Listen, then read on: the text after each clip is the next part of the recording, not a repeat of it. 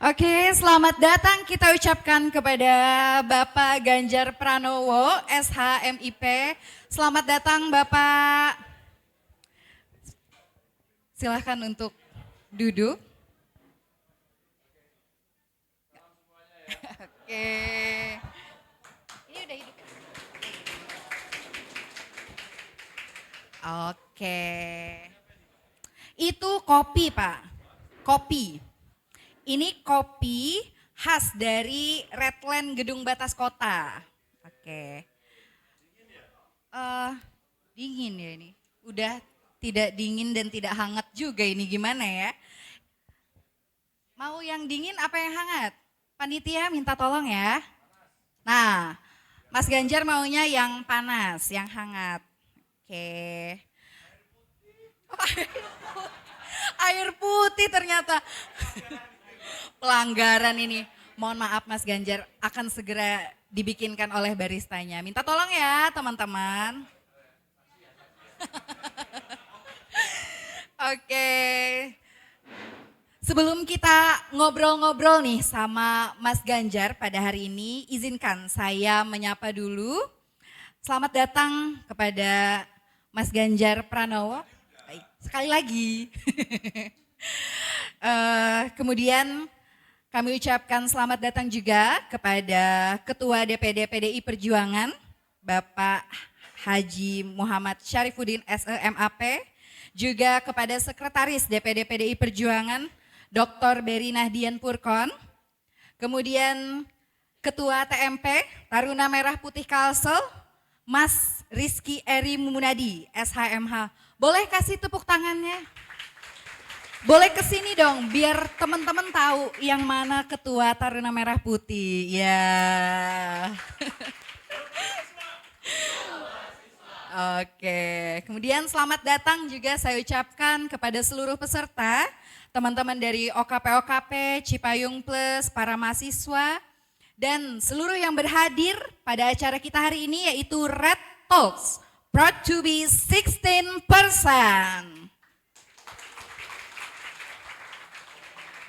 Oke, acara hari ini dipersembahkan oleh Taruna Merah Putih Kalimantan Selatan bekerja sama dengan Redland Coffee and Space juga Batas Kota TV. Jadi teman-teman yang belum berkesempatan hadir hari ini offline bisa nonton streamingnya ya di Batas Kota TV. Oke, teman-teman gimana nih kabarnya pada hari ini? Sehat? Udah nggak sabar ngobrol sama Mas Ganjar? Udah, tadi ada yang datang dari jam 10 Mas. Udah datang dari jam 10 nunggu ya. Iya ke kafe dulu, betul. Oke, tadi udah dari mana aja nih? Kita langsung ngobrol aja ya, silahkan.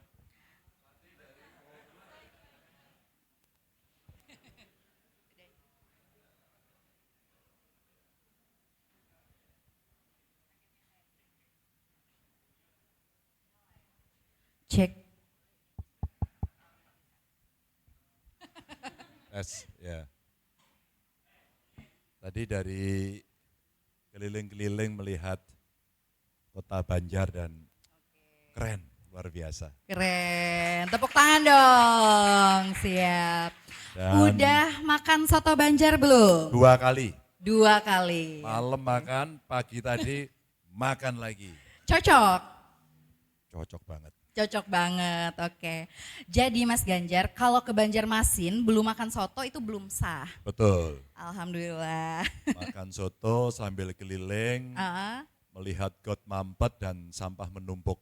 wah, Ini loh, gini, ditanda, gini. kasih tanda kutip ya. Tenang. Kenapa saya pesankan ini? Agar kita mulai jujur, tidak hanya berbicara yang baik-baik saja. Betul. Oke, Gitu kasih kan? tepuk tangan dulu.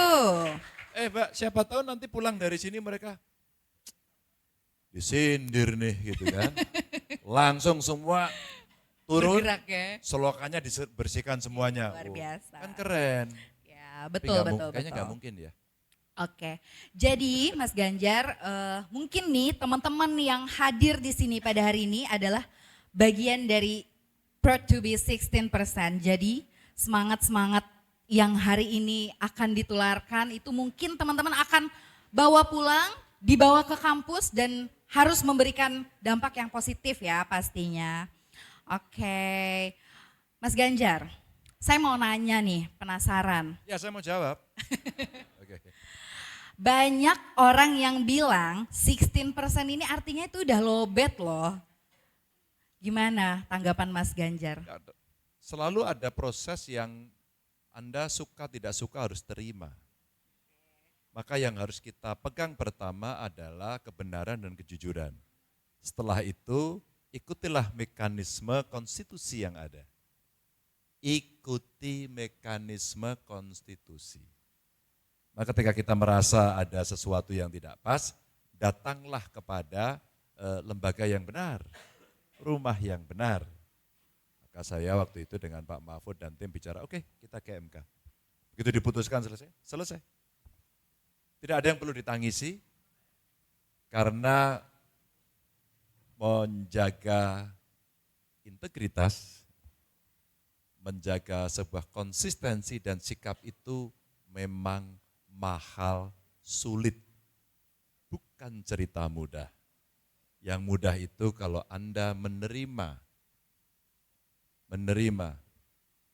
sembako, Anda terima duitnya, ya kan? Terus Anda takut dalam tekanan, itu yang mudah. Maka saya bangga sama kawan-kawan semua. Oke, tepuk tangan dulu nih. Berarti lowbat itu nggak benar ya? Bener. Oh benar juga, soalnya banyak yang bilang. Iya, kalau kita full ya menang. Katanya nggak sekenceng pas kampanye. Ketika kemudian kampanyenya kenceng, ada sebuah proses sampai kemudian pemilihan. Dan itu artinya akan terjadi sesuatu. Layaknya kawan-kawan tadi dari rumah masing-masing akan menuju tempat ini. Itu godaannya sepanjang jalan bisa macam-macam. Terjadi hujan, Anda enggak teguh, Anda minggir. Tapi ada yang nekat hujan-hujan, tapi yang ada pakai mantel. Banyak perilaku yang ada di sana. Anda enggak pakai helm, tangkap polisi juga gitu kan. Atau barangkali mohon ini enggak diinginkan ya. Anda kecelakaan, enggak diinginkan pasti. Atau barangkali ngapain diskusi di sana. Mending acara lain, itu juga bisa terjadi. Sebenarnya sebuah proses dari ramenya acara sampai penentuan sikap, orang bisa berubah karena banyak faktor. Apakah itu eksternal, apakah itu di internal masing-masing. Gitu. Kalau dilihat dari ngobrolnya ini sih nggak lowbat, ini sih masih full charge. Tadi pagi aja masih lari keliling Stadion Lambung Mangkurat ya Mas Ganjar ya. Oke, mungkin sebelum kita masuk sesi interaktif sama peserta, saya pengen tahu dulu nih. Mungkin teman-teman juga pengen tahu ya pastinya apa sih maksud dan tujuan acara kita pada hari ini. Oleh karena itu mungkin saya undang hadir di sini Ketua Taruna Merah Putih Kalimantan Selatan kepada Bang Eki, dipersilahkan.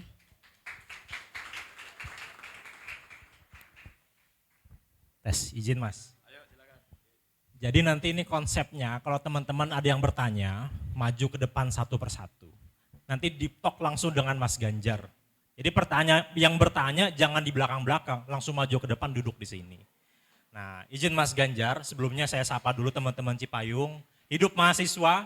Hidup mahasiswa. Bermacam-macam teman-teman dari organisasi kepemudaan, Cipayung, kampus, aktivis. Dan di sebelah sana ada senior-senior juga, pemerhati budaya, pengamat, pemerintahan, aktivis lingkungan, wong senior-senior di situ Mas.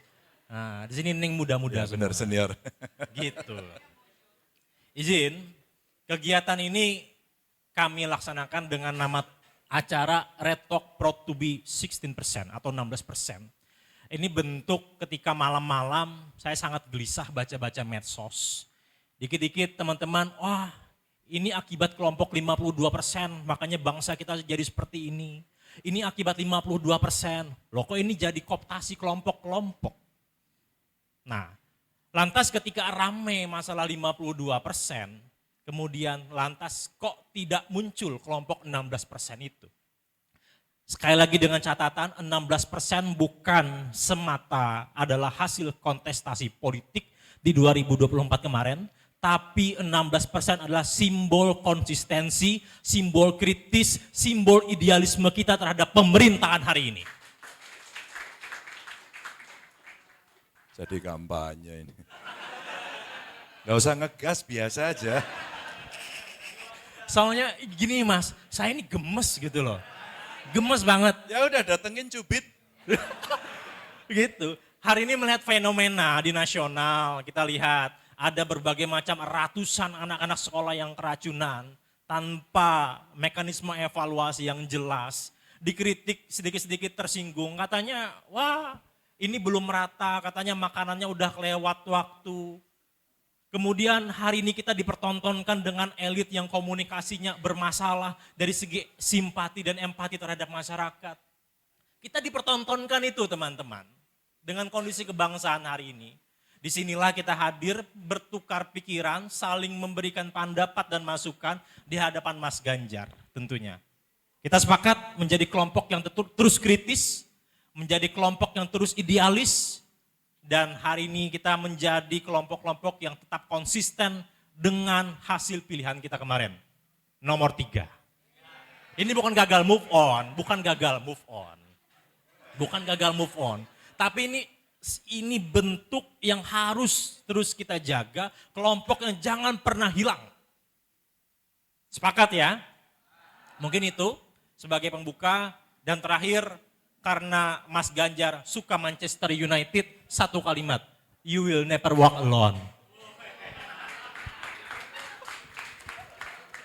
Terima kasih. Wassalamualaikum warahmatullahi wabarakatuh. Merdeka! Terima kasih Bang Eki. Ini dari gaya bicaranya kayaknya dulu pas masih jadi aktivis sering demo ya Mas ya. Kayaknya sedang berorasi tadi. Oke. Jadi keren ya. Kenapa jadi Taruna Merah Putih Kalimantan Selatan mengadakan talk show pada hari ini langsung bersama tokoh kebanggaan kita. Dan kita mungkin langsung aja ya buat sesi interaktif. Mungkin teman-teman boleh 2 orang dulu, kira-kira siapa yang pengen bertanya? Oke, dari GMNI ya? Oke, ada satu lagi. Oke, kita keep dua orang dulu. Syaratnya kalau dengan saya diskusi, penanya pertama harus perempuan. Oh, oke. Penanya pertama harus perempuan. Ayo, woman voice. Oke, silahkan. Oke. Karena tadi udah disepakati nih Mas Ganjar, hari ini konsep untuk bertanyanya mereka langsung face to face. Jadi saya persilahkan mereka untuk duduk di kursi panas. Silahkan. Silahkan perkenalkan diri dulu dan boleh langsung ngobrol sama Mas Ganjar. Cek, bismillahirrahmanirrahim. Duduk boleh, naik kursi boleh? Duduk aja. Ya oke. Oke, bismillahirrahmanirrahim. Assalamualaikum warahmatullahi wabarakatuh. Shalom, Om Swastiastu, Namo Buddhaya, Salam Kebajikan, Rahayu, Merdeka. Ya, oke. Sebelumnya izin Bapak perkenalkan saya Sarinah Hani selaku Ketua DPC GMNI Kota Banjarmasin, dan hari ini juga banyak kawan-kawan DPC GMNI Kota Banjarmasin. Nah, pertanyaannya, di perjalanan panjang Bapak di dunia politik, sedikit mungkin pesan Bapak, apa sih yang harus kita jaga gitu, nilai atau prinsip yang harus kita jaga agar tetap menjaga konsistensi nilai idealisme kita di tengah hari ini anak muda itu, apalagi Gen Z, penuh dengan distraksi, semuanya terasa berjalan dengan begitu cepat. Dan hari ini gimana nih Pak, menurut Bapak pesan untuk anak muda untuk menjaga idealisme tanpa kehilangan arah dan konsistensinya? Mungkin itu, terima kasih. Jawabannya simpel ya, jaga integritas, titik, nggak ada komanya. Udah gitu aja? Iya. Kalau pesan gitu Bapak, pesan untuk anak muda Ya gitu. itu kamu jaga, Integritas. integritas itu kamu jaga. Kalau saya tarik ke belakang tadi sedikit di awal ya Mbak ya, kita kenalan. Kamu dari sana, dari rumah maksud saya sampai ke titik ini, kau bisa kena persoalan apapun. Tadi kita diskusi di ULM, bercerita apakah putusan MK itu soal pemilu nasional dan lokal, itu akan bisa memberikan kesempatan kepada anak muda.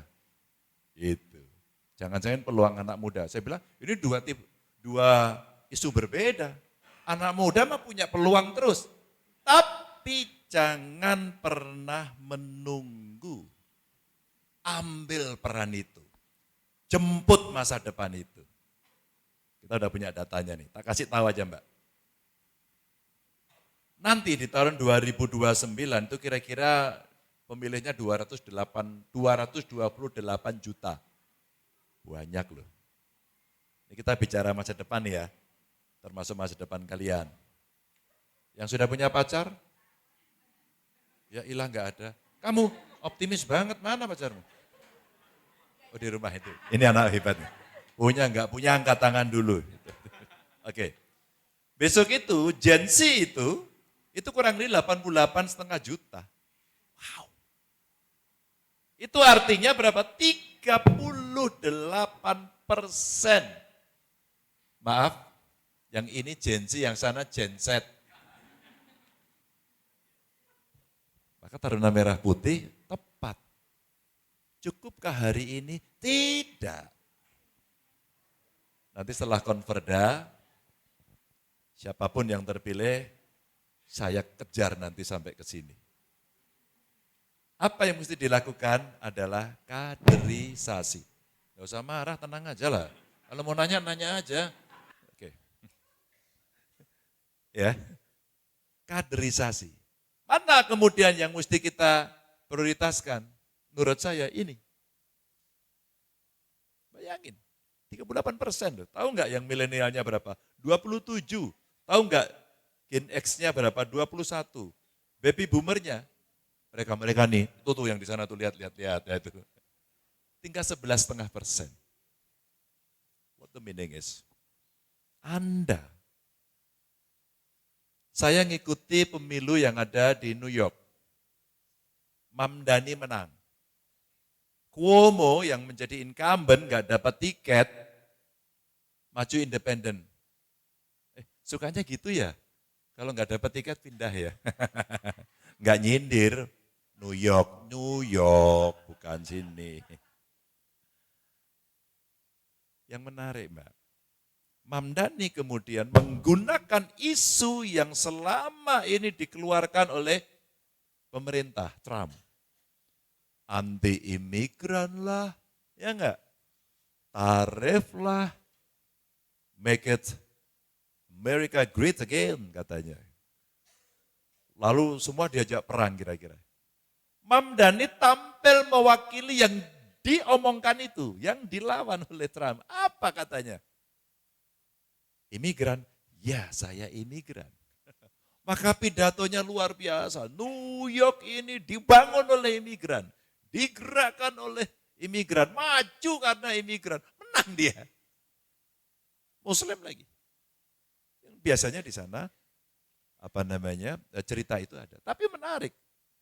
Pada saat bertempur, even Amerika, negara mbahnya demokrasi gitu ya, ngomong wah dia komunis. Dia mengaku saya seorang demokrat yang sosialis. Oke, boleh juga ini. Mengatakan secara terbuka dan dapat dukungan. Masih muda. Masih muda. Maka pesan sama anak muda, ya cerita nenek kita lah ya. Gantungkan cita-citamu setinggi pohon kelapa. Betul nggak? Hah? Setinggi? Kenapa setinggi langit? Tepuk tangan. Dengar gak yang di belakang? Gantungkan cita-citamu setinggi pohon pisang, pohon kelapa. Kalau jatuh, gedebuk udah di tanah. Tapi kenapa gantungkan cita-citamu setinggi? Setinggi langit. Kenapa? Kalau jatuh nanti dihamparan bintang-bintang. Jadi tetap indah kawan-kawan. kamu setinggi langit, kalau jatuh, nggak gedebuk. Kamu jatuh di bintang-bintang, di bawah langit, tapi masih tinggi dan berkilau. Maka pesan saya sama tadi, ketua BEM-nya si siapa tadi, Adi. Adi bilang, tapi partai-partai ini, itu, ini juga tidak pernah memberikan akses kepada anak muda. Oke, tapi DPR, DPRD, itu tertutup. Nah sebelah saya bagian hukum di pemerintah kota. Dia menyebut satu kata, nanti saya tanyakan di ruang ini. Musrenbang. Pertanyaan saya, siapa di ruangan ini yang pernah ikut musrenbang? Kamu, 1, 2, tepuk tangan. Saya enggak setuju sama Pemkot. Saya enggak setuju kondisi kotanya tidak gemerlap umpama. Malam-malam saya dijemput, ya Pak di sini gelap. Ya namanya malam ya gelap itu. Tenang toh, udah tenang aja. Ini sudah didoain gedung ya? Kok ada suara-suara? Lupa jadinya. Kalau Anda ingin terang, suarakan. Kalau Anda kotanya ingin bersih, suarakan. Kalau pengen dapat sekolah gratis, suarakan. Maka kemudian anak muda berpartisipasi. Ada bahasa keren sih. Meaningful participation. Oke. Tapi datang dong. Maka saya usulkan pada dosennya, Pak, kasih aja Pak mahasiswa ini tugas untuk meneliti. Datang ke DPRD, datang ke pemerintah kota, di prolegdanya dalam 1 tahun ini bahas apa aja sih? Proaktif, minta dong. DPR dikasih, udah gitu yang sudah ada naskah akademis sama draft raperdanya yang mana? Saya minta, diskusikan di antara kalian. Kalian datang. Jadi datang tidak harus ketika demo-demo dan pakai isu-isu yang lagi in. Itu pesan detail saya kepada kawan-kawan. Sehingga partisipasi dimulai dari usia kawan-kawan hari ini. Tadi ditanya, diteliti, bukan diteliti sih, random aja sih tadi. Ngambil contoh, ternyata yang usia di bawah 40 di anggota DPR RI sangat sedikit sekali, minoritas. Dan tahun 2004 saya minoritas, karena saya waktu itu masih usia muda. Oh tapi Pak Ganjar sulit Pak jadi anggota dewan, duitnya banyak. Saya enggak banyak waktu itu. Kalau kita enggak punya duit sulit, iya pikiranku juga kayak kalian. Tapi ketika kesempatan itu diberikan, maka pada saat itu bukan modal uang yang kita butuhkan. Yang pertama adalah intellectual capital, modal intelektual, sekolah, pendidikan, berorganisasi, ya kan? Ini ada GMNI, mungkin ada HMI, PMI, GMKI, PMKRI, macam-macam. Apalagi tadi ada Cipayungnya ya, kelompok di sini. Kumpul kemudian berdiskusi. Berbeda organisasi, oke, maka belajar. Untuk apa? Untuk berbenturan, berbeda pendapat, sekeras-kerasnya. Agar kelak kemudian bisa memunculkan solusi. Apa kemudian yang terbaik? Itu enggak didapat. Maka sering saya mengajarkan berorganisasilah. Karena kamu akan mendapatkan ilmu leadership, followership, interpersonal skill, communication skill, decision making proses. Oh prosesnya begitu toh. Kemarin saya ngisi acara juga, hampir 2 minggu ini kampus ngundang terus. Ketika problem solving dan banyak dari jurusan kebijakan publik. Maka saya cerita gini, Pak ini ada persoalan ini Pak, oke.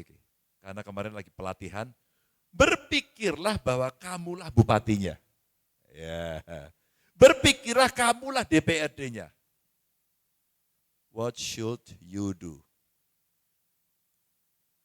Coba kamu kerjakan, bisa enggak gitu? Wah, pertimbangannya bagus banget. Itu pelatihan. Maka pesan saya, setelah kamu menjaga integritas, pelatihan. Ada aktivis, aku cerita aja nih. Aktivis, dia hebat, terkenal, di TV ada, dari perguruan tinggi besar, datang sering ke rumah saya. Apa resepnya Pak Ganjar? Masuk partai berani enggak? Pilih partai terserah kamu. Sama. Gerak, demo Pak, kita demo Pak besok Pak. Ya gimana? Cerita macam-macam begitu. Gerakanmu gimana? Isumu apa dan sebagainya. Diskusi aja. Udah berjalan itu, godaan tawaran itu menarik. Saya sudah GR, wah ini akan ikut saya. Ternyata enggak, masuk tempat lain. Saya menyesal? Tidak. Tidak. Lalu saya tanya sama teman-temannya, enggak langsung. Kalau langsung kan bisa bohong. Tapi kalau temannya yang saya tanya, sampingnya saya tanya, kenapa dia di sana? Jelas Pak, di sini dia langsung jadi ketua bidang apa gitu. Maka hati-hati kalian, begitu kalian ditawari jabatan, kelepek-kelepek. Kasih duit, hati-hati. Contoh sudah ada. Ya enggak? Ingat kemarin 10 November ada kontroversi. Siapa menjadi pahlawan? Ingat kemudian Memori 98 dibuka, ingat lo ya. Tokoh 98 kemudian terbelah, ya enggak? Ada yang di ono, ada yang di ini, gitu. Lalu ditangkap apa? Ditangkap ini sama anak-anak muda. Terus gimana gitu? Demi persatuan dan kesatuan Bung. Demi Indonesia. It's okay. Buat saya, ya enggak. Itulah integritas dan konsistensi. Tepuk tangan lagi. Silakan. Silakan berikutnya. Oke. Oke, terima kasih Lady kepada... First sudah, yang berikutnya terserah pemegang otoritas yang punya otoriter. Oke. Mungkin tadi yang bagian depan sudah ya, kita ambil yang di tengah dulu, yang baju pian, pakai sasirangan kuning, silahkan. Mau kondangan ya Pak? Iya, izin Pak. Sasirangan. Oke, agak gugup ya. Bismillahirrahmanirrahim. Assalamualaikum warahmatullahi wabarakatuh. Oke, baik, sebelum perkenalkan, nama saya Zaidan Muzaki. Saya adalah mahasiswa Fakultas Hukum Universitas Lambung Mangkurat. Oke. Jadi Pak, ini panggilanmu siapa? Zaidan Pak. Zaidan. Zaidan. Zaidan. Iya. Oke. Oke, nah jadi karena memang saya mahasiswa Fakultas Hukum juga Pak, dan memang baru-baru ini kami sedang mengkaji terkait undang-undang pemilu. Jadi menurut saya sendiri sangat relevan nih Pak. Mungkin hasil 16% ini juga ada pengaruh-pengaruh dari sistem kepemiluan kita saat ini. Nah Bapak sedari tadi juga telah menyebutkan kalau Bapak adalah orang yang berintegritas. Nah menurut saya pribadi Pak, orang seberintegritas apapun ketika tercebur dalam sistem yang dia itu masih tidak memberikan kepastian hukum, maka akan tersingkir juga, akan kalah juga Pak. Nah fenomena yang saya amati saat ini Pak, kalau memang katanya Bapak adalah berintegritas, tapi orang berintegritas akan kalah dengan seseorang yang memiliki kuasa. Oke, kita ambil contohnya pada saat pemilu tahun 2024 kemarin Pak. Kita melihat fenomena di mana ya ada unsur ketidaknetralitasan oleh pejabat. Nah selanjutnya Bapak, ini juga menjadi kekhawatiran kami pribadi juga Pak, ketika nantinya pada pemilu tahun berikutnya. Kenapa memang Pak, seseorang petahana lah, sebutlah petahana, dia itu kan mengendalikan semuanya Pak. Oke, nah selanjutnya, agar bisa mengalahkan si petahana ini, menurut kami pribadi, kenapa Pak di Undang-Undang Pemilu petahana itu tidak diatur, dia tidak dikenakan pidana. Oke, memang ada penyebutan terhadap pejabat negara, tetapi kenapa petahana itu tidak dispesifikan? Karena kan petahana itu dia punya kuasa seperti itu Pak. Itu pertanyaan saya yang pertama terlebih dahulu Pak, bisa dijawab, untuk selanjutnya akan saya tanggapi kembali. Enggak, kamu tanyanya harus tuntas. Oke, baik. Nah selanjutnya Pak, karena petahana ini punya kuasa, kenapa memang kita tidak memperbaiki dari segi undang-undang pemilunya saja? Contoh, kalau di undang-undang pilkada kan Pak, seseorang pejabat petahana itu ketika dia mau mencalon nantinya, selama 6 bulan itu dia sudah diatur. kalau dia tidak boleh menggunakan suatu program-program. Nah, untuk yang menguntungkan dirinya sendiri. Nah, dalam undang-undang pemilu kami belum mendapatkan hal itu, Pak. Kenapa memang tidak kita atur saja biar kita bisa mengekang kekuasaan si petahana ini. Karena memang petahana ini pengaruhnya sangat kuat sekali, bahkan sampai ke akar-akar, sampai ke desa-desa. Kita sudah awam sekali, Pak, menemui fenomena yang money politik, yang mana itu wajar, bahkan masyarakat beranggapan kalau tidak ada uang, saya males untuk coblos. Nah, ini menjadi kebudayaan kita juga, Pak. Dan money politik itu pengarahannya dari penguasa, dari atasan, seperti itu. Nah, kira-kira kenapa memang nggak kita kekang saja, Pak, penguasa ini? Enggak, enggak petahana, money politik mah jalan terus. Ayo kamu punya datanya yang bagi uang cuman petahana? Enggak, Bung. Petahana selalu punya kesempatan untuk bisa mempengaruhi, yaitu insentif petahana. Kamu atur apa? Mau atur apa coba? TNI Polri harus netral. Kemarin netral enggak? Yang ngomong enggak siapa? Angkat tangan, ayo. Dipoto dulu, foto. Tadi ada orang polsek mana ya? Intel, halo Intel. Tadi ada Intel di bawah tadi. Simpel ya. Saya mau kasih jawaban dengan contoh. Loh, temenmu ini. Waktu saya disuruh maju calon gubernur di Jawa Tengah, musuh saya petahana, tentara bintang 3, kemarin naik bintang 4. Udah serius. Kurang apa coba? Dikendalikan semuanya. Enggak. Saat itu awal-awal dan itu pemilihan langsung yang kedua ya. Saya yang kedua. Apa yang menarik? Belum musim debat, belum musim. Dengan persentase keterpilihan saya hanya 3%, dengan popularitas saya yang hanya 7%, PDI Perjuangan Jawa Tengah solid sesolid-solidnya. Oke ya, dukungan massa dulu. 2, perdebatan kemudian menjadi tontonan referensi calon pemilih. Saya saat itu masih terasa sampai hari ini. Jadi pada saat debat, karena Jawa Tengah termasuk provinsi yang menarik, disiarkanlah secara nasional. Wah, debat bro. Debat itu ya debat bukan. Silakan dijawab sekian menit. Silakan ditanggapi sekian menit. Debat itu ya, enggak setuju saya. Coba argumentasinya apa? Ya ada senggol-senggol dikit gitu. Karena yang sifatnya spontan, itu akan terlihat sesuatu. Maka saya bilang, beda. Tanya jawab dengan debat beda. Tanya jawab kayak gini. Bapak jawab dulu, nanti saya tanya lagi. Gak mau saya, negosiasi kan kita. Langsung 2 gitu. Gak ada jaminan.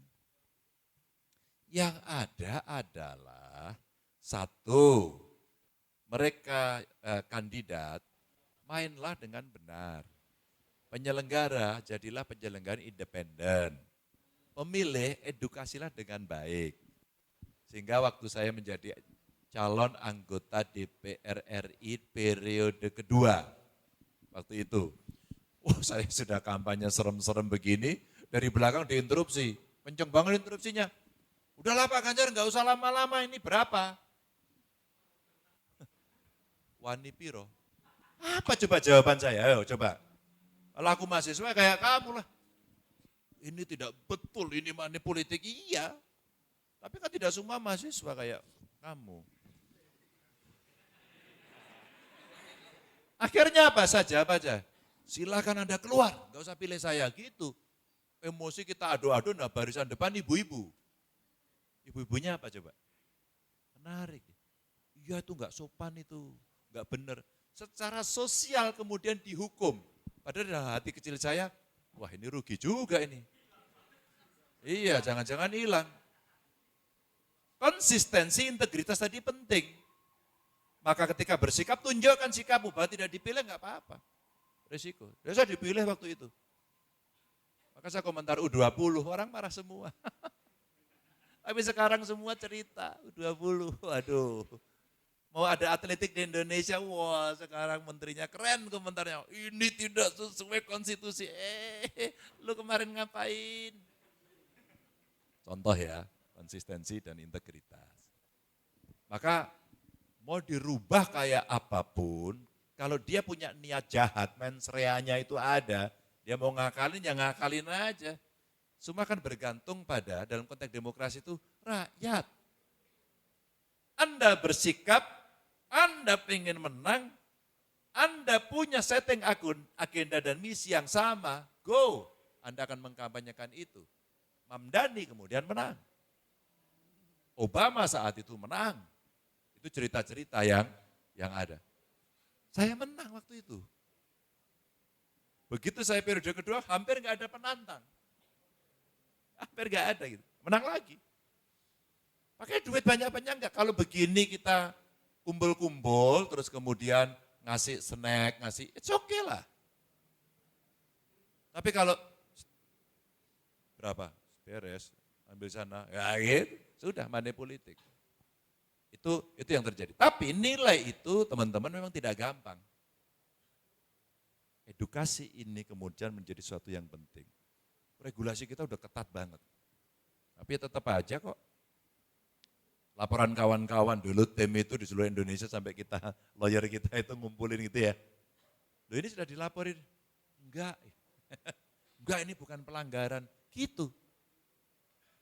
Tapi satu sisi saya pernah membuat sebuah kehebohan sedikit.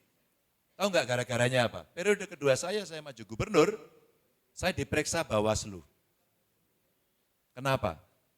Saya menyalahgunakan kewenangan. Nah itu, petahana saya. Kenapa? Karena pada saat saya pendaftaran, saya didampingi istri saya. Salahnya di mana? Nggak ada kan? Nggak ada. Ternyata saya melanggar, istri saya melanggar.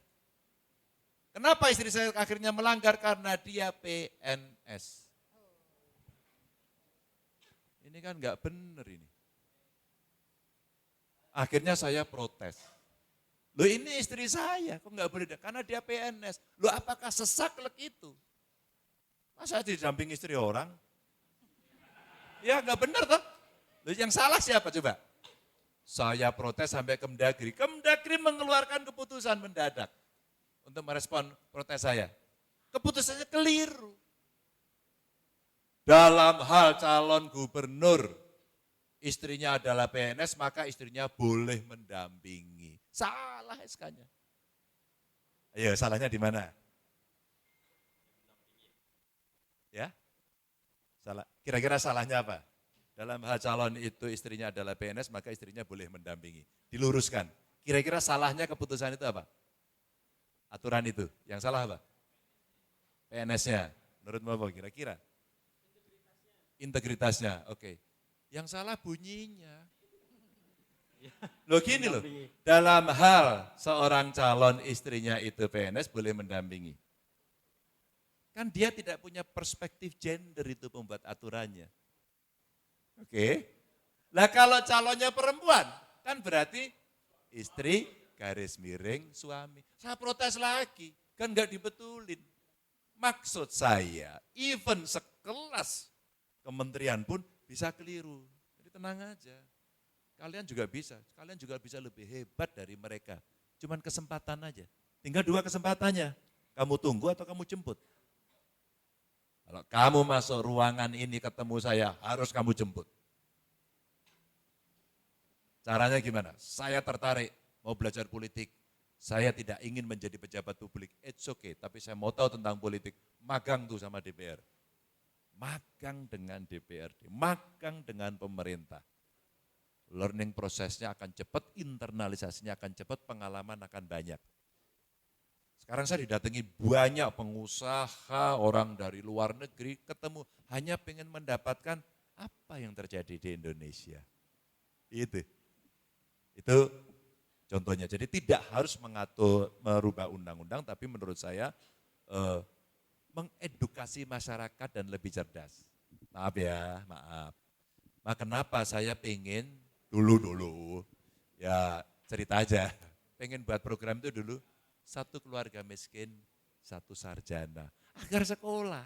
Kenapa yang miskin aja? Karena yang kaya punya kemampuan, yang miskin tidak. Itu bisa berjalan. Pak Ganjar kok bisa punya ide itu? Karena dulu saya sulit kuliah, karena miskin. Waktu jadi gubernur saya buat piloting sekolah vokasi biar langsung bekerja.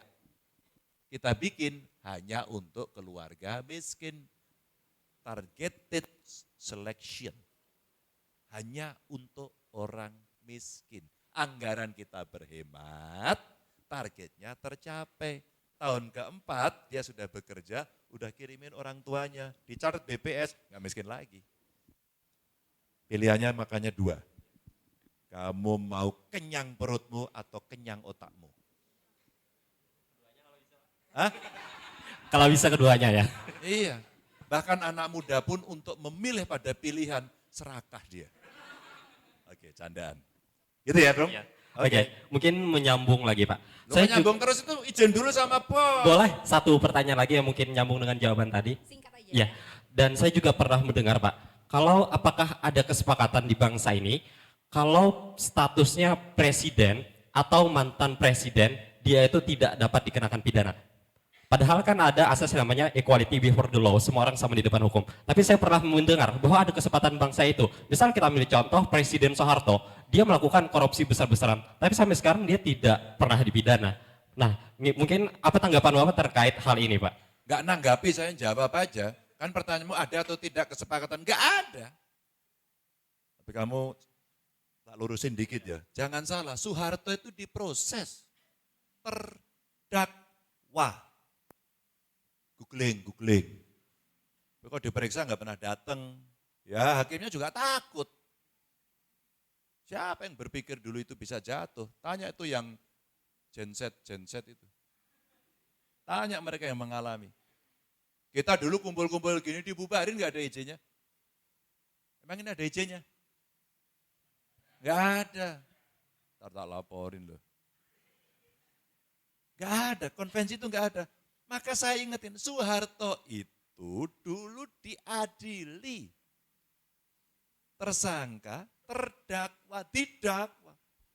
Karena meninggal, nah salah satu berhentinya pidana kan karena, oh kamu pasti pidana 1 dapat A kamu ya. Oke, silakan. Mungkin cukup, terima kasih banyak Pak Ganjar. Gak mau selfie dulu? Oke, terima kasih. Mungkin kita langsung lanjut pertanyaan berikutnya, itu di belakang tadi ada yang bisik-bisik Mas. Dari Forum Disabilitas. Nah, mungkin boleh maju silahkan. Perwakilan 1 orang saja ya. Boleh maju, boleh di situ. Oke.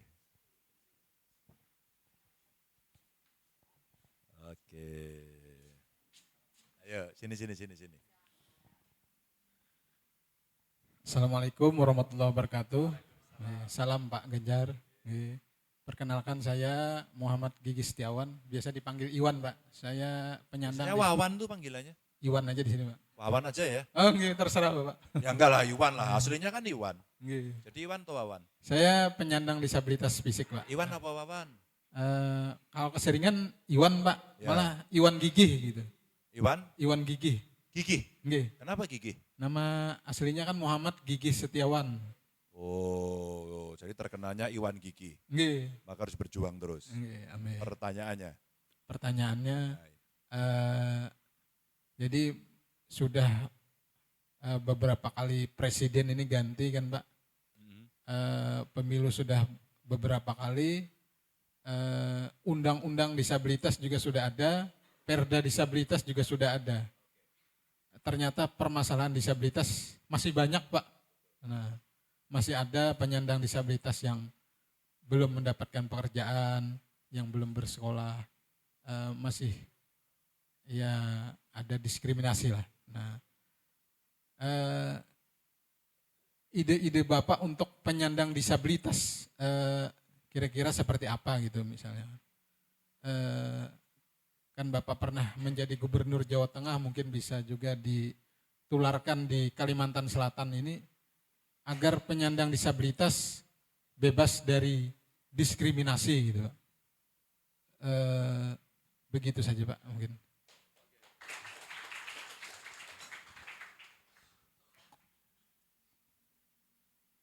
Suatu ketika kawan-kawan penyandang disabilitas yang berkebutuhan khusus datang ke rumah dinas saya di Jawa Tengah. Ada yang tunanetra, ada yang mental, ada komunitas tuli, dan banyak sekali. Ada yang pakai kursi roda. Yang menarik adalah tontonannya, ketika dia mau masuk ke rumah saya itu, tangganya cukup tinggi. Sehingga yang pakai kursi roda diangkat sama teman-temannya. Udah duduk. Saat itu kemudian hati saya tersentuh. Dan dia dengan sangat sopan mengatakan begini. Pak Ganjar, maaf. Sebenarnya saya naik sendiri bisa kok Pak Ganjar. Tapi tidak ada jalannya. Waduh, itu Mbak rasanya. Saya ditampar keras sekali. Siapa yang hooknya langsung bikin KO? Mike Tyson kira-kira. Wah, gitu saja. Otak saya langsung berpikir, iya ya. Ngobrollah kebutuhan yang lain. Intinya sebenarnya kuncinya satu. Dia pengen akses yang sama. Idenya adalah equal, setara. Kira-kira gitu ya. Setaranya kawan-kawan yang berkebutuhan khusus dengan kita sama enggak? Tidak. Kita pakai tangga. Mereka harus punya jalan sendiri. Gedung setinggi ini harus lift. Dengan sangat emosi dan tidak mengerti, langsung malam itu saya panggil biro umum saya. Besok kasih ruang, akses, agar mereka bisa naik sendiri. Siapa? Dan besok sore harus jadi. Saya gubernur. Cari, diukur-ukur paginya, dilas-las begitu, dipasang assemblingnya, bisa knockdown, tempel. Lapor Pak, siap. Waduh senengnya. Itu tamparan pertama. Datanglah kemudian kawan-kawan disabilitas itu kembali ke rumah saya. Dan pada saat mau naik, gak bisa. Diangkat lagi. Saya tanya sambil saya lihat gini, apa lagi salah saya ini? Saya tanya, lo Mbak gak bisa naik sendiri? Pak maaf, kemiringannya terlalu curam. Betapa bodohnya saya saat itu. Ngaca saya. Dari situlah kemudian saya renungkan bahwa iya. Ada satu teori. Tidak boleh ada satupun yang ditinggal. Bahasa Banjarnya itu no one left behind. Gak boleh ada yang ditinggal. Maka sejak saat itu setiap musrenbang musyawarah perencanaan pembangunan, saya selalu mengundang, sekali lagi ya, mengundang. 3 kelompok yang saya undang. Penyandang disabilitas, kelompok perempuan, dan anak-anak. Maaf. Karena ini rentan. Perempuan diskriminasinya masih ada. Ya enggak? Ngapain kamu sekolah, enggak usah tinggi-tinggi. Besok juga jadi istri di dapur. Salah itu. Karena pengetahuan. Anak-anak selalu menjadi objek. Karena kekuatan dia untuk melawan belum setara dengan orang dewasa. Ya fisiknya, ya pemikirannya. Eksploitasi terjadi dan seterusnya. Nah 3 kelompok ini kemudian setiap musrenbang Dialah penanya, penyampai aspirasi pertama. Disitulah kemudian kami kumpulkan. Biasanya kalau dari mereka langsung saya catat, sekda di sebelah saya, pastikan program ini jadi. Harus jadi. Harus. Itu kalau kepala daerah ngomong begitu, itu artinya 100% berjalan. Dan itu sekda, bagian program, dinas-dinas, nggak ada yang berani mengatakan tidak. Begitu mengatakan tidak, kursinya hilang besok. Gampang toh? Itulah menang. Itulah arti menang. Apa yang bisa dibagi? Mungkin di Banjar, bisa dengan cara lain atau pengalaman yang sudah dimiliki. Tapi mendengarkan mereka setiap musrenbang itu penting karena seluruh dinas akhirnya harus berorientasi kepada kawan-kawan yang berkebutuhan khusus. Dua, kemudian basis program yang diinginkan. Apa? Mereka ternyata sudah punya komunitas. Pak, saya itu komunitas dari penyandang disabilitas. Kami sudah pernah bekerja, Pak, ya, tapi kami butuh peralatan. Programnya adalah peralatan. Pak, kami tidak punya kemampuan apa-apa, Pak. Sekolah enggak.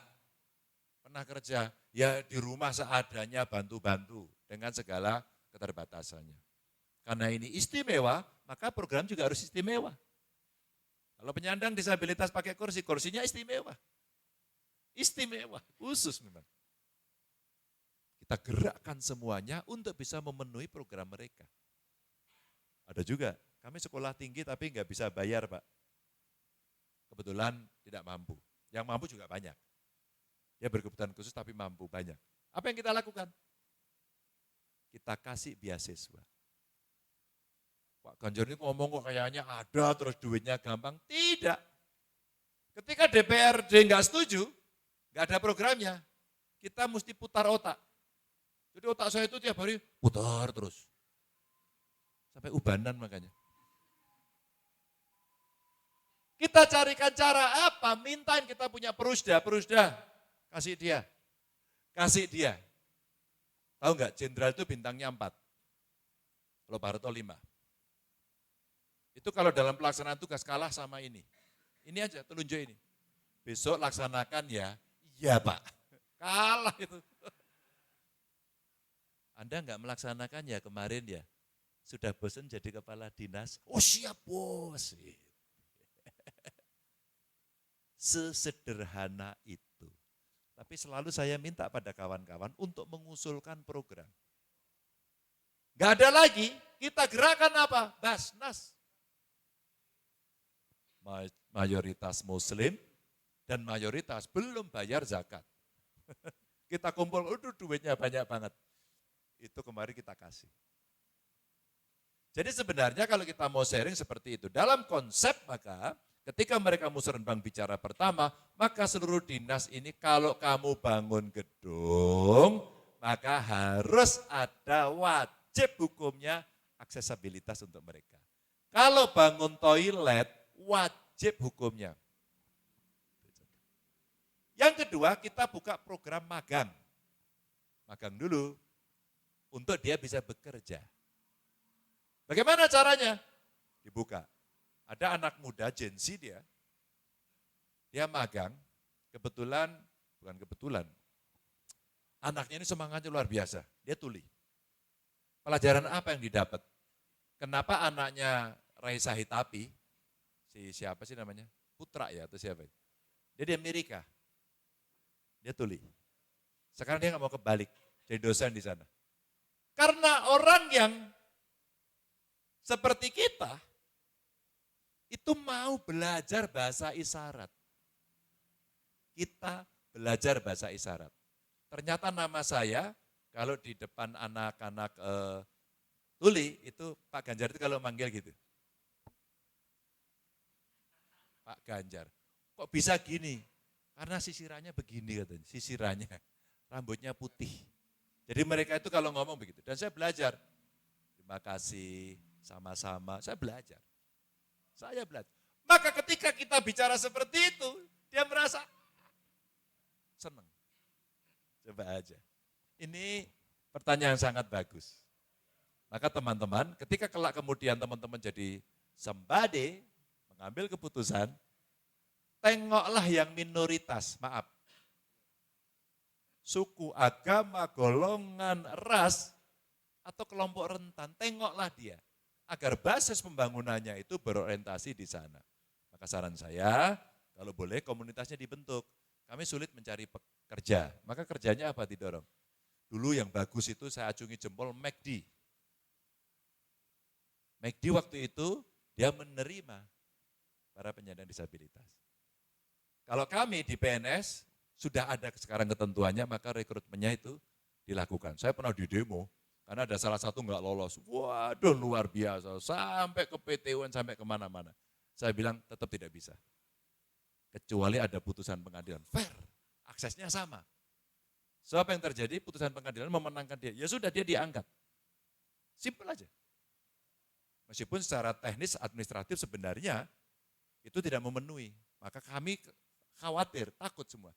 Tapi karena putusan pengadilan, jalankan. Saya titipkan kepada dinasnya, jangan sampai kamu membenci dia karena ini. Jangan sampai.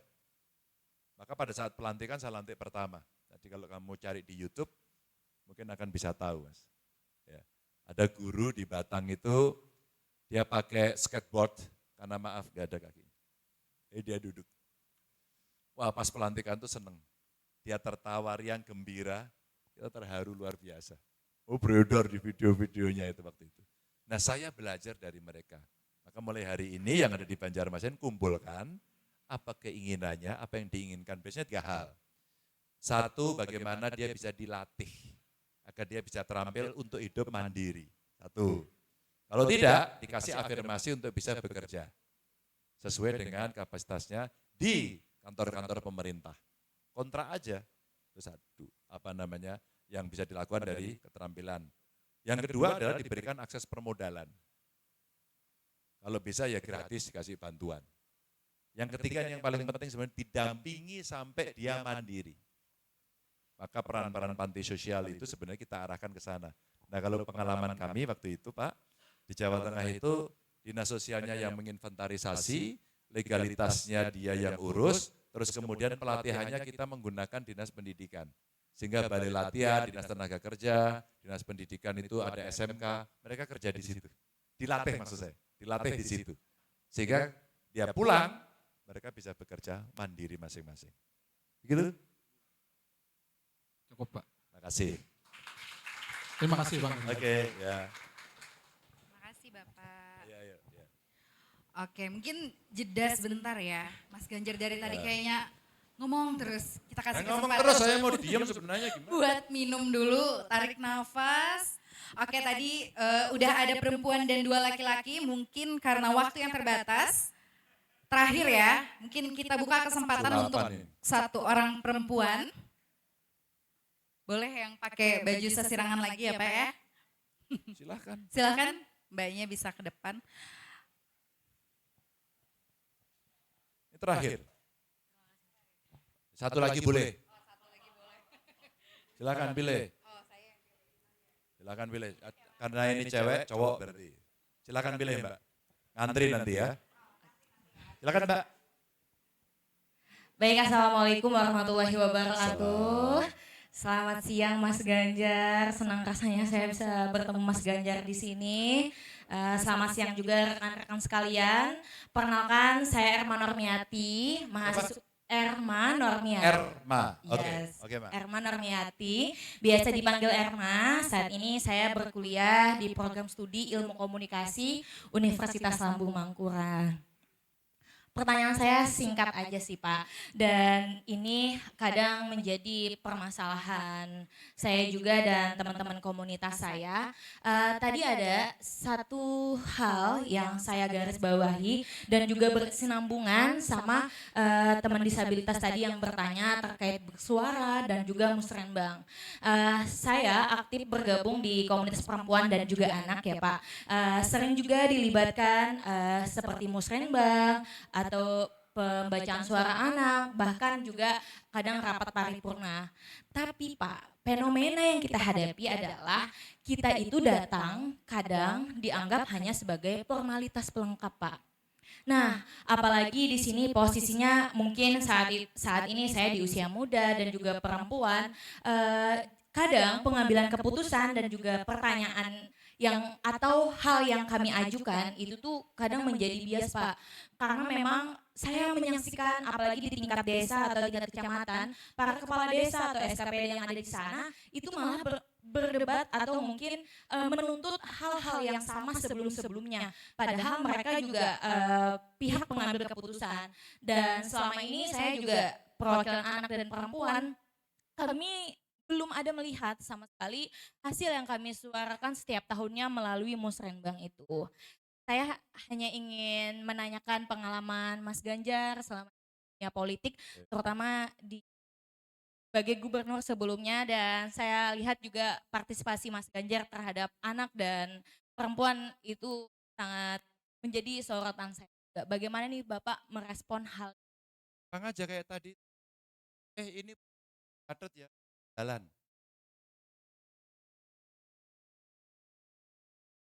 Pilihlah besok pengambil keputusan yang sepikiran. Itulah. Kalau kemudian itu tidak kamu dapatkan, kamu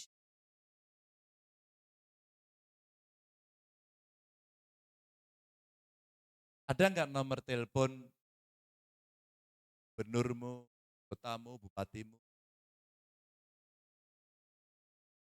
Atau simpel. Atau yang kedua bisa minta tolong kawan-kawan di DPR. Tolong dong, karena pokir. Ya, pokir. Pokir clear ya, nggak ada potongan-potongan. Nggak ada pokir. Malah nggak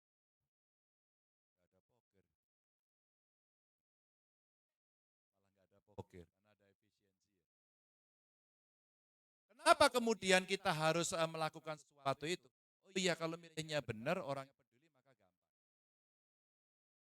Kalau saya kayak gitu tak uber.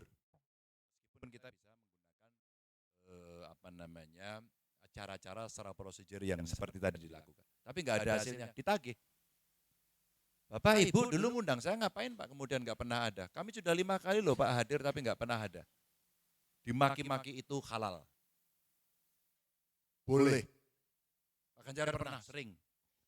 Saya hadapi. Nah, kalau ada demo saya datang biasanya. Dimaki-maki. Nggak apa-apa. Wong dulu waktu saya mahasiswa, saya juga maki-maki. Gitu. Jadi nggak apa-apa ini panen. Itu caranya. Maka cara berjuang kedua adalah kalau kemudian itu nggak bisa, turunin lagi dikit lagi. Waduh, orangnya beda yang lagi memimpin ini nggak pernah bisa berjalan. Pakai kekuatan, bergabung, paman dengan partai, minta tolong PDI Perjuangan fraksinya, tolong perjuangkan ini. Kalau yang di sini tidak, jenis tidak. Siapa tahu kamu follow IG-ku kan? DM, peng. Itu Pak, ketua DPD-nya Pak, aduh Pak, turun nggak pernah, DPR yang bolos terus, aduh Pak, saya sulit. Oke, saya telepon dia. Ada kemudian ruang perjuangan organisasi yang kita pakai untuk itu. Kalau itu juga tidak, ya memang hidupmu sial. Maka ikhtiarnya ada di situ. Saya kalau memberikan contoh-contoh gini sangat bersemangat karena keluhan ini saya dapatkan 12 tahun yang lalu. Nah kenapa dulu saya bikin, yang bisanya telepon duduk, kamu teleponnya ke nomor ini, yang bisanya SMS, ini, yang bisanya WA, ini, yang suka pakai medsos, sini, yang bisa pakai aplikasi agak canggihan dikit, sini. Muncullah kemudian lapor gub. Jadi kalau kamu ke apps, buka lapor gub, muncul. Terjadi demo, sudah terjadi debat panjang, hari ini gubernurnya baru, wah kayaknya nggak mau Pak, belum tentu. Dulu, kepala dinas saya kasih kesempatan hanya 1 kali 24 jam untuk merespon. Kalau enggak kondite Mbak, 3 kali dia enggak merespon saya copot. Hanya merespon saja, belum menyelesaikan. Dan tiap pagi saya baca dashboard saya, siapa yang belum direspon. Gampang tuh. Punya kuasa itu bisa disalahgunakan, tapi sangat bisa dipakai untuk sesuatu yang bermanfaat. Kenapa saya cita-citanya sejak jadi mahasiswa dulu, saya sudah ingin berorganisasi. Kayaknya saya yakin akan jadi pemimpin, begitu. Kayaknya. Padahal sekolahnya juga akan mengerikan dulu saya. Ganjar ini bisanya apa gitu. Kayaknya kok di kelas nggak pernah ketemu gitu. Diledek-ledek. Tapi ada peluang kemudian saya berusaha gagal, jadi pegawai nggak bisa dapat apa-apa. Sehingga saya ketemu seorang psikolog, dia profesor, dia nyatakan, Mas Ganjar ini kayaknya lebih cocok kerja di politik. Saya ditelepon almarhum Cornelis Le, ya, Gemini juga, kamu bantu dong buat diklat. Saya keliling Indonesia ngasih asistensi pembentukan sedikit dua dikit mengajar. Begitu. Akhirnya apa? Sekian tahun kemudian saya jadi DPR, saya jadi gubernur. Dan kemudian mimpi saya ketika seusia teman-teman ini, saya wujudkan semuanya. Gitu. Oke? Terakhir, ya tambah banyak. Aku mau pulang nih. Aku pilih yang pakai garis-garis saja di belakang itu, soalnya ini yang Gen Z mewakili Gen Z nih. Kamu sabar aja. Nanti habis ini tanya. Oke. Oke. Oke. Cepet. Cepet. Satset, kalau ikut saya satset itu. Ya silakan. Oke, ini.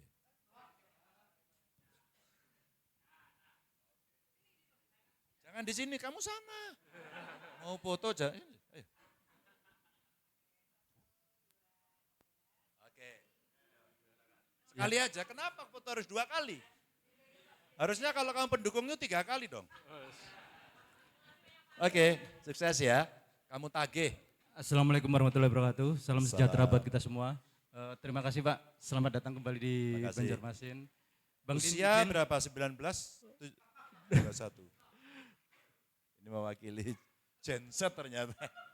24 Pak. Oke. Ya Pak, jadi ada... Siapa namanya Mas? Saya Anto Pak. Anto. Dulu Oke, Mas Anto, salah satu silakan. relawan Pak Ganjar. Ada yang sedikit mau saya tanyakan. Jadi mengenai program yang sedang berjalan saat ini, yaitu MBG Pak.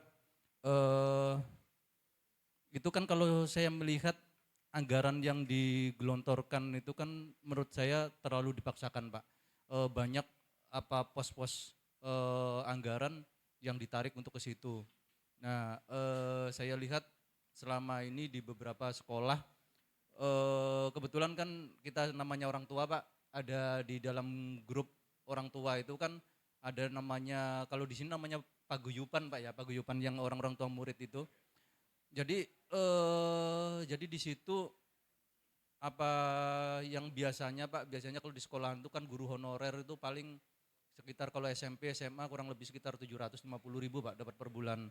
Nah, selama ini sebelum ada MBG itu biasanya uang komite itu diarahkan untuk menambahkan ke situ Pak. Dan uang bos atau uang apa dari sekolah itu untuk menambahkan ke situ sehingga paling enggak mereka guru-guru honorer ini selama ini dapat kurang lebih 1,5 juta lah. Nah, dengan adanya MBG ini uang yang selama untuk yang semula untuk sekolahan itu kan dikurangi Pak. Nah, ini enggak bisa lagi Pak untuk mensubsidi yang guru honorer tadi. Sehingga orang tua murid akhirnya dibebani. Dengan kondisi seperti itu. Iuran lagi? Iya. Anda sudah iuran? Kenapa Pak? Anda sudah terkena? Sudah menjadi korban iuran? Jadi sebenarnya bukan masalah di situnya sih Pak. Enggak, tapi kejadian enggak maksudnya akhirnya ya. orang tua iuran? Iya, artinya gini, kan sekolah ini keluh kesah nih, orang tua murid juga kasihan gitu Pak dengan kondisi guru honorer. Ya maksudnya terus kan iuran lagi? Betul. Sudah? Sudah. Berapaan? Enggak sedikit aja sih Pak, cuma ya, sekitar 40 sampai 50 ribu bahasanya gitu. Nah, nah seperti itu Pak. Padahal dengan kondisi yang di daerah-daerah pinggiran itu, dengan iuran segitu, itu pun bahkan banyak orang tua murid yang nunggak. Artinya Katanya sedikit. Iya Pak, nah, ini Kak mayoritas yang Relatif orang tua ya, murid Pak. oke. Iya. Nah, Ini pertanyaannya apa? ya pertanyaannya menurut Pak Ganjar solusi apa nih yang bisa mungkin disuarakan ke pemerintah atau seperti Oke. apa Pak? Untuk itu Good. Pak, terima kasih. Apa solusinya? Kalau orang tua murid, wali murid sudah tahu seperti itu, berani enggak para wali murid berkumpul, saya tidak setuju? Berani enggak? Pertanyaannya kalau misalkan tidak setuju, kasihan lagi Pak guru honorernya Pak. Kenapa? Kasihan lagi guru honorernya Pak. Ya udah kalau gitu, kalau pakai ilmu kasihan ya sudah. Begini Bung, kalau Anda kasihan tidak ada MBK, emang Anda kasih ke guru honorer juga? Kan enggak. Betul enggak? Ini cerita ya, cerita. Ketika SMA SMK itu diberikan ke provinsi, betul ya? Apa yang saya lakukan pertama? Saya cari guru honorernya. Saya tanya, Bu, berapa gajinya? 300.000 yang diberikan setiap 3 bulan sekali. Wow, dan ini beredar. Sampai sekarang masih ada. Apa yang saya lakukan pertama? Karena sudah bylaw berdasarkan undang-undang, maka saya putuskan semua guru honorer harus UMR. Kalau di sana pakainya UMK lah, kabupaten. Maka beda-beda tiap kabupaten. Naik dari 300.000 yang paling rendah 1.200.000, bayangin 300.000 naiknya 1.200.000. Kira-kira perasaan gurunya gimana? Iya. Dan itu hanya butuh putusan secepat ini. Gitu tadi. Hanya butuh ini. Pak, duitnya enggak ada, tulis dulu. Tulis dulu. Ada juga yang kemudian di kota Semarang, naik sampai 3 juta sekian. Gurunya protes, saya enggak mau Pak gitu. Karena di sana sudah 4 juta lebih. Inilah yang terjadi. Dia dapat tambahan-tambahan sampai 4 juta, 5 juta lebih, sedangkan ini kita hanya 3 juta sekian. Protes enggak mau. Sama tadi di OLM saya sampaikan, putusan MK terkait sekolah SD sampai SMA termasuk swasta itu gratis, ya, itu enggak mungkin bisa dilaksanakan. Duitnya sopo. Emang swasta juga mau. Kan swasta itu sekolahnya mahal ya. Dan gurunya dibayar juga dari bayaran sekolah toh. Ini contoh aja. Jadi cerita MBG itu suka nggak suka pasti dilaksanakan, uang itu program dia kok. Anda mau cerewet kayak apa, itu pasti dilaksanakan. Kecuali tantangan tadi Anda terima. Umpama, ini cuma umpama loh. Mbok ya yang lebih efektif pelaksanaannya. Gimana cara efektif? Kamu semester berapa? Udah selesai? Baru aja? Waktu kamu masuk dulu mahasiswanya sekelas itu berapa mahasiswa kira-kira? 70. Untuk jurusanmu 70. Kira-kira dari 70 itu berapa persen yang miskin? Kira-kira. 100%? Enggak mungkin. 50%? Enggak. Ya enggak? 20-30% kira-kira? Kira-kira? Berapa? 20? Kira-kira 20. Cara gampangnya ya Mas ya. Kalau yang dikasih yang miskin saja, anggaplah 20%, naikin dong, naikin, 30. Oh naikin, 40 deh. Anggap aja 40%, miskin semua ini. Anggaplah 40%. Maka kita tetap bisa menghemat anggaran 60%. Betul? Karena yang dikasih hanya yang miskin. Kira-kira, ini yang ada di TV di Tangerang, Mama protes, kami enggak setuju program ini di sekolah ini. Long anaknya aja McD bawaannya. Iya, makanya jajan sekali makan 150.000 gimana? Maaf ya, bukan kami sombong Pak ya.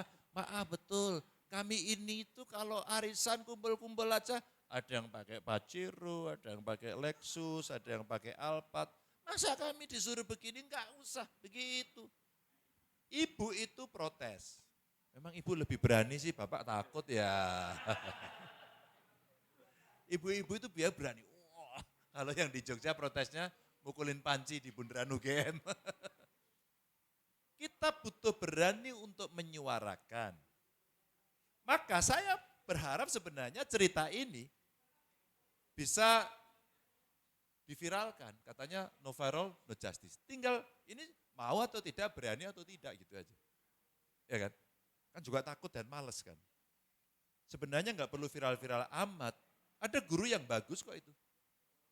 Saya lihat videonya, dia bilang gini, Bu, ini sekolahnya makan bergizi gratis ya, begini. Terus dia menyebut orang terima kasih kepada itu gitu kan. Bukan, ini program dari pemerintah, sumbernya dari APBN. APBN itu dari mana? Dari pajak kalian. Ini gurunya, nggak tahu itu dicewer nggak sama menterinya itu. Tapi guru itu menjelaskan dengan sangat rasional dan bagus sekali. Maka kalau ada perhimpunan wali murid umpama perkumpulan paguyuban, tulis saja. Kan kami kasihan honorernya nggak dapat. Sudahlah, umpama lagi ya usulannya, dikasih yang miskin saja. Kasih emaknya, pasti beres. Ini yang sudah mak-mak mana? Ini calon mak-mak semua, ya maknya. Mbak kira-kira tak simulasi Mbak. Kalau anaknya yang sekolah, ibunya dikasih duit umpama hari ini berapa 10.000 lah ya, kasih 10.000. Anda mau masakin anaknya senilai 10.000, kurang, dikorupsi orang tuanya, kasih 5.000 aja, atau ditambahin? Pasti ditambahin, nggak mungkin enggak. Kalau tiap hari 10.000, seminggu katakan dia masuk 6 hari ya, 60.000. 60.000 kalau dapat 1 minggu, itu kakak adiknya kalau dari keluarga yang miskin makan semua loh. Ibu ini kan pinter ya, beli berasnya sekali, sayurnya dari tanam sendiri. Dia tahu anaknya itu dulu disusuin. Jadi anakku itu makannya yang disukai apa gitu. Kira-kira kalau Anda kasih semangka tipis atau tebal? Kira-kira kalau beli ayam ya, tiren, tahu tiren enggak? Atau ayam segar? Sudahlah pasti jelas.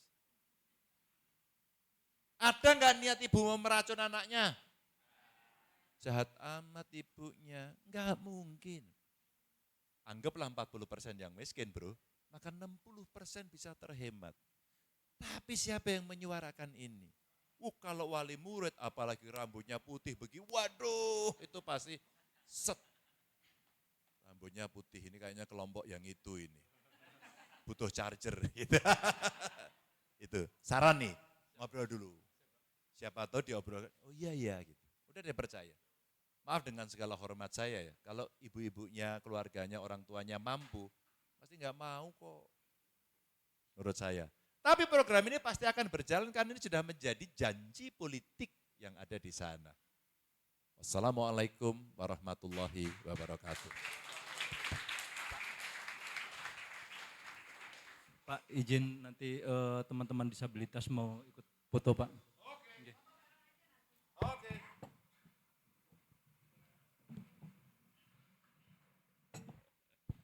Oke, terima kasih Mas Ganjar. Luar biasa, boleh dong teman-teman satu kali lagi tepuk tangan.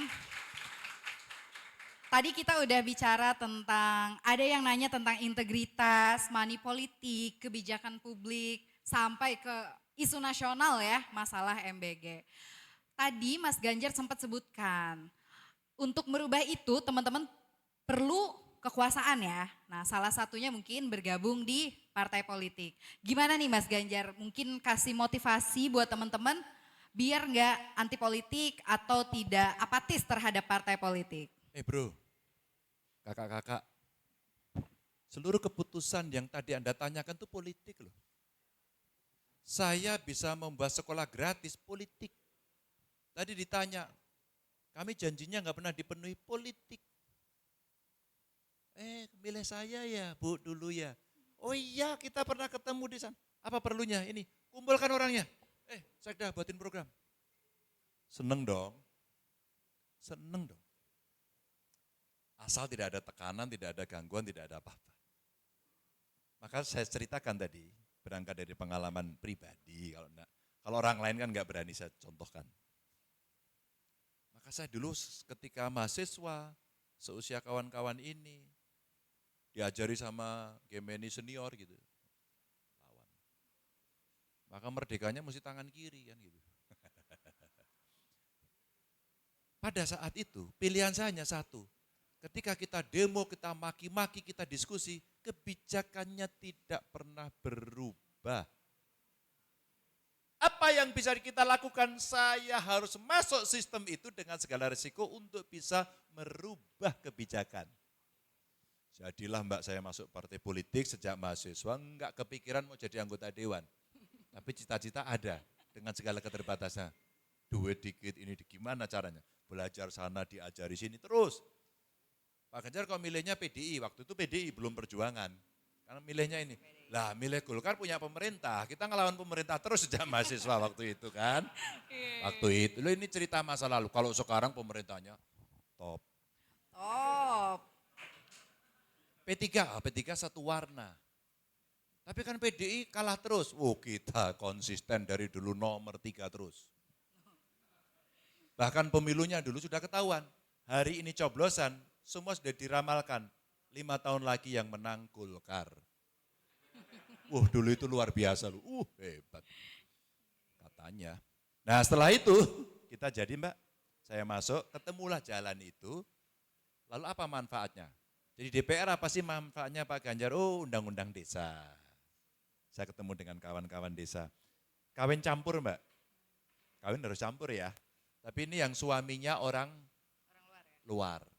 Maka ketika orang luar, ini anaknya tidak punya pengakuan kewarganegaraan.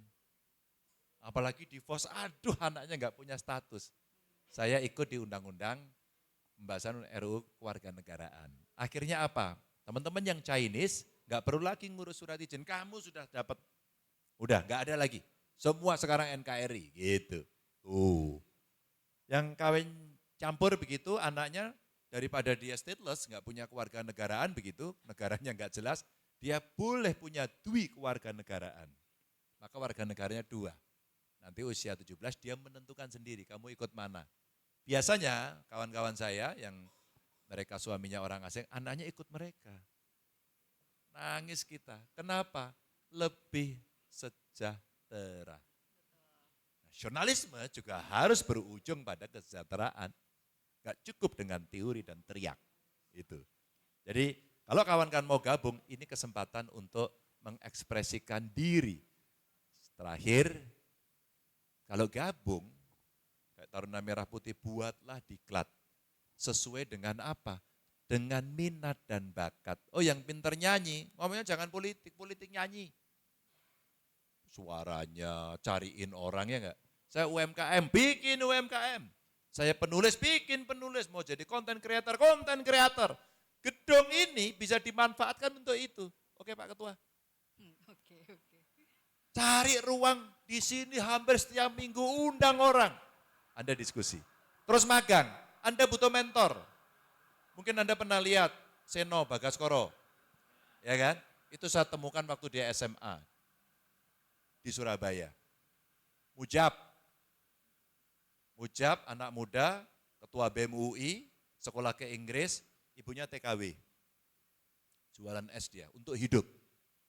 Pulang dari Inggris, maju wakil bupati, enggak jadi. Sekarang kita rekrut, sekarang kalau pertemuan anak muda dunia, dia yang kita kirim. Kita sudahlah atlet.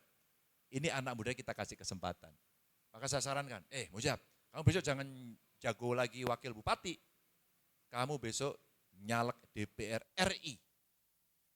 Karena kapasitasmu oke, kita tahu. Nah, teman-teman akan bisa mendapatkan akses ini. Tinggal nanti itu tadi, wah saya ini pengen ketemu itu dan sebagainya. Dengan ini kita akan lebih bisa. Tapi semua Anda yang tentukan. Oke, mungkin terakhir banget nih Mas. Teman-teman nih punya suara-suara nih saya dengar. Kadang-kadang nih kalau kita mau masuk parpol nih anak muda, itu katanya antrinya panjang banget. Yang tua-tua duluan. Yang muda-muda disuruh jadi ya disuruh-suruh aja gitu. Gak dikasih jabatan. Nah gimana itu? Kalau di PDIP sendiri gimana? Saya itu, bapak saya polisi. Ibu saya orang hebat yang ngurus kami dari rumah. Nggak terkenal sama sekali. Dan saya menjadi anggota dewan di bawah usia 40. Tidak punya uang. Coba, masih mau bicara apa lagi? Bapaknya bukan tokoh partai. Kaya juga tidak. Buatin gedung kayak gini nggak mampu. Di dewan. Diundang. Sampai terakhir jabatan yang luar biasa dalam perenungan saya. Lobet. Orang boleh menghina, orang boleh mengejek, kesempatan itu kami pernah dapat. Belajarlah kami banyak hal. Kalian bisa enggak? Bisa. Dan jangan ngantri, karena begini, berpartai jangan pernah berpikir saya harus menjadi pejabat publik. Meskipun punya cita-cita itu boleh. Maka apa? Satu capacity building. Gitu. Mentor, diajari. Saya belajar Mbak. Diajari public speaking media training. Yang latih orang Jerman. Bagaimana ngomong di depan kamera, di depan TV begini, saya harus tahu dan sebagainya. Jadi kalau nanti talentanya ada, diseleksi. Tapi kan tidak semua orang akan berhasil ya. Enggak, kamu enggak cocok. Kamu jadi ilmuwan aja. Kamu anak-anak ini sudah, kamu ambil S2. Wah Pak saya enggak punya duit. Kita carikan beasiswa. Gitu dong. Kita carikan. Nah, teman-teman gimin-gimin ini banyak. Kita carikan, saya keluar negeri ketemu. Menarik. Teman-teman yang sudah mendukung saya terima kasih ya. Mungkin kita merasa ya Anda dibully dan sebagainya. It's okay. Tapi kemarin saya keliling di Eropa, di beberapa negara. Sebagian negara Eropa yang, sebagian besar lah di negara Eropa yang saya kunjungi. Kita menang. Menang. Bukan urutan 3, kita menang. Di Amerika, tahun lalu saya ke sana, menang. Di Australia, menang. Apa artinya? Mari kita teliti. Oke, tepuk tangan yang meriah untuk Mas Ganjar Pranowo. Terima kasih banyak Mas Ganjar untuk obrolannya hari ini. Ini menjadi pemantik semangat buat teman-teman. Mungkin terakhir ada penyerahan kenang-kenangan dari Ketua TMP dan Ketua DPD PDI Perjuangan Kalimantan Selatan. Kami undang untuk ke depan. Buat seluruh peserta dan teman-teman yang sudah berhadir hari ini, terima kasih banyak dan ditunggu ya Ketua TMP buat jangan berhenti untuk di sini ya. Ini handuk karena Mas Ganjar suka jogging. Jadi handuk ini sengaja warna putih. Jadi ketika handuk ini kotor itu simbol bahwa Mas Ganjar terus dan sedang bekerja. Satu. Dan yang kedua ini ada quotes. When the road get tough, that's make we prove what we stand for. Ketika jalan menjadi sulit, disitulah kita buktikan apa yang kita perjuangkan. Tangan. Nah. Jadi ingat terus kalau jogging Mas. Makasih. Makasih, aduh. Izin. Izin.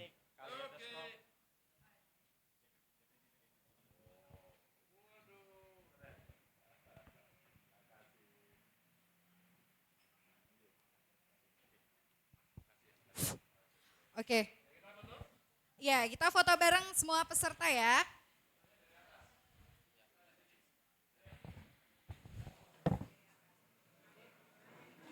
Oke.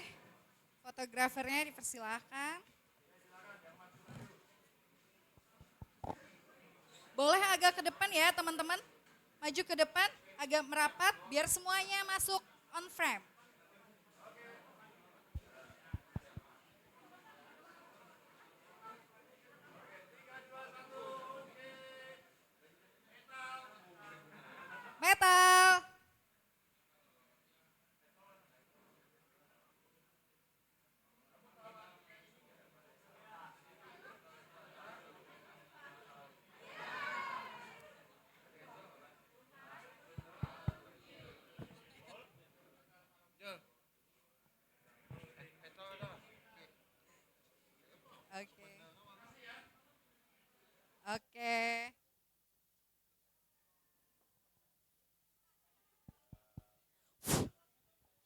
Oke, terima kasih kepada Mas Ganjar Pranowo dan seluruh peserta.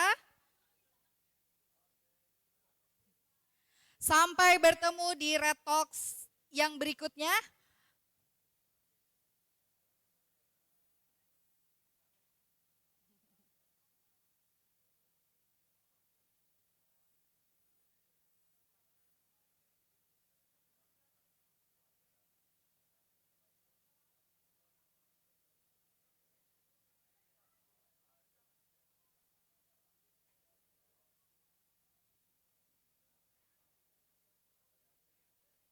Oke.